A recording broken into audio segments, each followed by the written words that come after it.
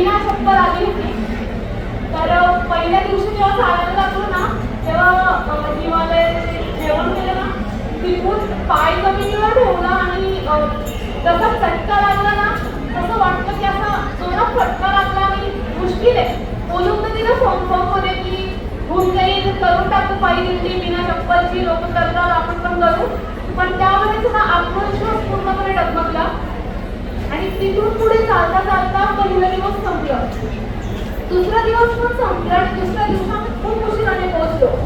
दुसऱ्या दिवशी असं वाटलं ना की ह्यावेळेस पायी दिंडी अशक्य आहे, ह्यावेळेस आपल्याला गाडीत बसायचं, ह्यावेळेस आपण गिवअप करणार आहे. आपण ठरवलेला इच्छे पूर्ण होणार नाही, आपण तो शब्द दिलाय तो पूर्ण होणार नाही आणि आपण हारलोय. आणि जसं मी UPSCचं प्रिपरेशन करते, माझ्या फर्स्ट अटेम्प्ट मध्ये मी परीक्षा पास नाही झाली आहे. तर मला कुठेतरी की मी मोठ्या गोष्टी ठरवते पण पूर्ण नाही करत. पण ज्या मोमेंटला दुसऱ्या दिवशी नितीन दादांनी आमचा हात धरला आणि नितीन दादा बोलले ना की तुम्ही टेन्शन नका घ्या, मी बसलोय ना, मी घेऊन जाईल तुम्हाला. तर मला त्यावेळेस एक गोष्ट कळली की आयुष्यात आपल्याला चांगली माणसं भेटणं खूप जास्त महत्त्वाचं आणि सर्वात महत्त्वाची गोष्ट त्यांनी आम्हाला शब्द दिला होता की आम्ही शेवटपर्यंत तुम्हाला पायी घेऊन जाऊ, मला आणि दादाला.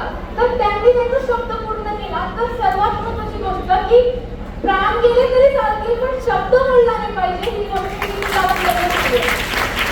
रस्त्याने चालताना प्रवीण काकांनी एक खूप सुंदर गोष्ट मला सांगितली की लक्ष्मी ना फार चंचल असते. जेव्हा माणसाकडे लक्ष्मी येते, जेव्हा माणूस यशस्वी होतो, खूप पैसा येतो ना तेव्हा माणसाला गर्व येतो, अहंकार येतो. पण तोच पैसा जर आपण सत्कर्माला दिला, त्याच पैशाने जर आपण चांगली कर्म केली ना तर ती लक्ष्मी आपल्याकडे टिकून राहते. कारण तिला माहिती आहे की आपण सुरक्षित हातात आहे, ज्या पैशाचा इथे चांगला वापर होतो. ही गोष्ट मी प्रवीण काकांकडून शिकली. पुढे चालता चालता आम्हाला आमची मुक्तीची टीम भेटली, जी एंटरटेनमेंट फुल टीम आहे. चालताना वेगवेगळ्या प्रकारचं मनोरंजन करत आम्हाला घेऊन येणारी आणि डॉक्टर साहेब तुम्ही चला ना पुढे, चलो डॉक्टर साहेब आगे बोलो हो तुम्हारे पीछे असं म्हणत चालणारी आमची मुक्तीची टीम जी दरवर्षी येते. दरवर्षी प्रत्येक पायी येणाऱ्या भक्ताला शेवटपर्यंत पोहोचवण्यासाठी डेडिकेशनने काम करणारी आमची मुक्तीची टीम आहे. त्यांच्यासाठी प्लीज आमचे वयस्कर गडबड बाबा हे किती पण काही पण जाऊ दे तरी पण कंटिन्यू पायी यात्रेला येतात. त्यांचं वय आता लगभग 80 वर्ष आहे. ही आमच्या पायी दिंडीची, आपल्या पायी दिंडीची असलेली खरी खासियत आहे.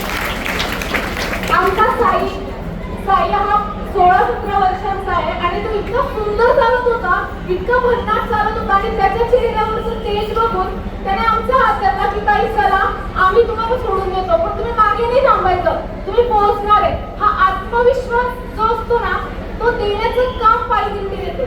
पायी दिंडी का महत्वाची आहे? कारण ती आपला आत्मा आपल्याला ओळखण्यासाठी मदत करते आणि आपल्या देवीचं नावच तर मनुमाता आहे ना.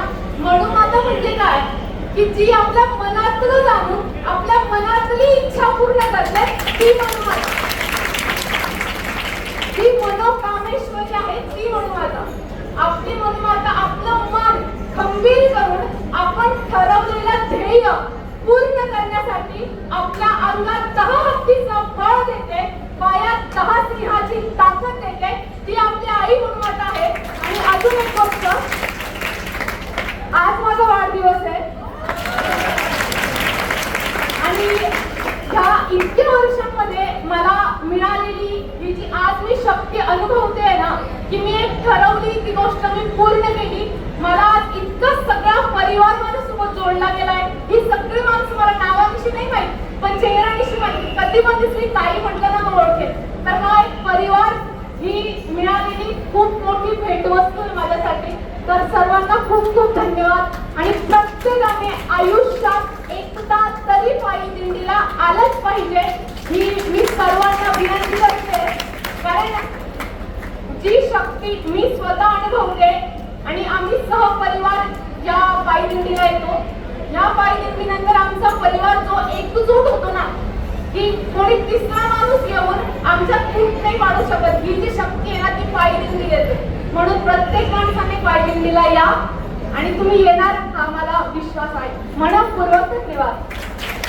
माझ्याकडे आहे लवकरच आहे. पुढच्या गणेश लाल दिव्याची गाडी घेऊन ये.